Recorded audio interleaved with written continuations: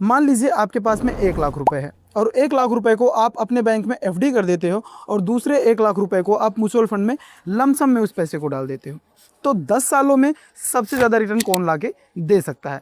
देखिए हमारे सामने एक स्क्रीन है, इसमें हमने लमसम कैलकुलेटर को ओपन कर रखा है। यहाँ पे हम कैलकुलेटर के माध्यम से समझेंगे कि आपको कितना इंटरेस्ट मिलेगा इस पर।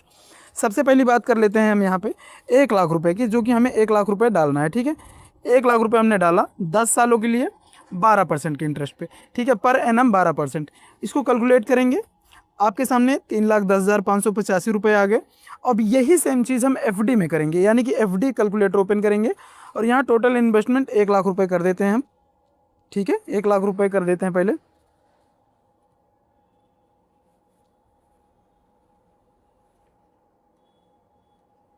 एक लाख रुपए कर देते हैं, और जो कि लगभग 6.5% से 7% का इंटरेस्ट होता है।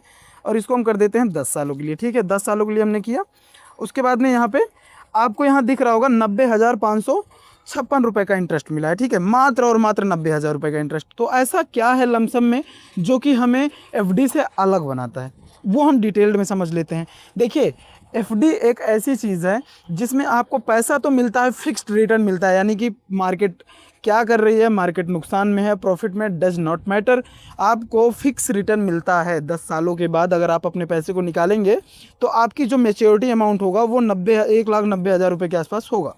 लेकिन वो चीज़ें लमसम में ऐसा नहीं है। लमसम में एक तो आपको रिटर्न ज़्यादा मिलता है, दूसरी बात जो रिटर्न मिलता है ना वो कंपाउंडिंग इंटरेस्ट के साथ मिलता है। जैसे कि मान लीजिए आज आपने 1 लाख रुपए एफडी में डाल दिया, सॉरी मान लीजिए आप आज 1 लाख रुपए लमसम में डाल दिए, तो अगली बार जब अगले साल वो लमसम में जो अमाउंट होगा 1,10,000 रुपये हो गया, तो उस 1,10,000 को जब दूसरा साल शुरू होगा तो उसका ब्याज जो है 1,10,000 रुपये मिलेगा।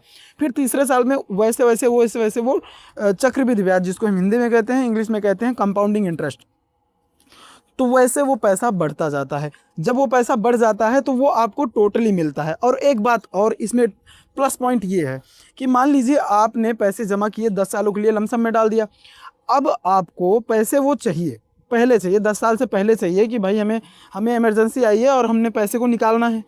तो वो जो 1 लाख रुपए है वो आपको 10 सालों से पहले जितना इंटरेस्ट मिलेगा वो सब आपको मिल जाएगा। इसमें कोई डाउट वाली बात नहीं है।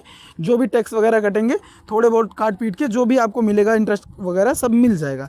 लेकिन अगर आप एफडी की तरफ जाते हैं तो एफडी में उल्टा सिनेरियो हो जाता है। उल्टा मतलब ये 1,90,000, यानी कि आपको 10 साल बाद जो 90,000 रुपये ब्याज मिलना था, अगर आप 10 साल से एक दिन भी पहले अगर अपने पैसे को विड्रॉ लेना चाहते हैं कि मुझे इमरजेंसी है, मेरे पैसे मुझे वापस चाहिए, तो आपको ये जो 90,556 रुपये है इसमें से 1 रुपये नहीं मिलने वाला है।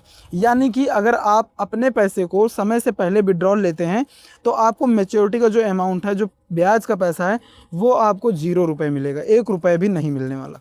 तो इस चीज़ से आप अंदाज़ा लगा सकते हो कि एफडी कितना अच्छी है और लमसम कितना अच्छा है। लेकिन दोनों में एक और मेजर डिफरेंस है। मेजर डिफरेंस ये है कि लॉन्ग टर्म के लिए एफडी और इंटरेस्ट दोनों में कंपैरिजन आप कर ही सकते हैं, लेकिन जब आप लमसम में इन्वेस्ट करते हैं ना, तो लमसम सिर्फ और सिर्फ लॉन्ग टर्म के लिए है।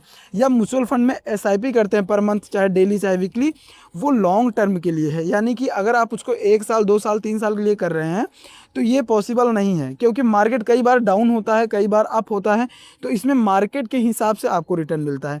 लेकिन एफडी में ऐसा नहीं है।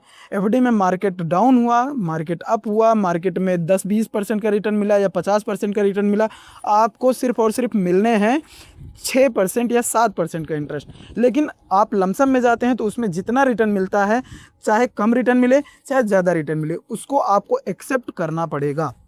तो ये दोनों चीज़ें हैं लमसम में और एफडी में। आप किस चीज़ में इन्वेस्ट करना चाहते हैं हमें कमेंट में ज़रूर बताइएगा। मिलते हैं किसी अगली वीडियो में किसी इंटरेस्टिंग टॉपिक पर, तब तक के लिए जय हिंद, वंदे मातरम।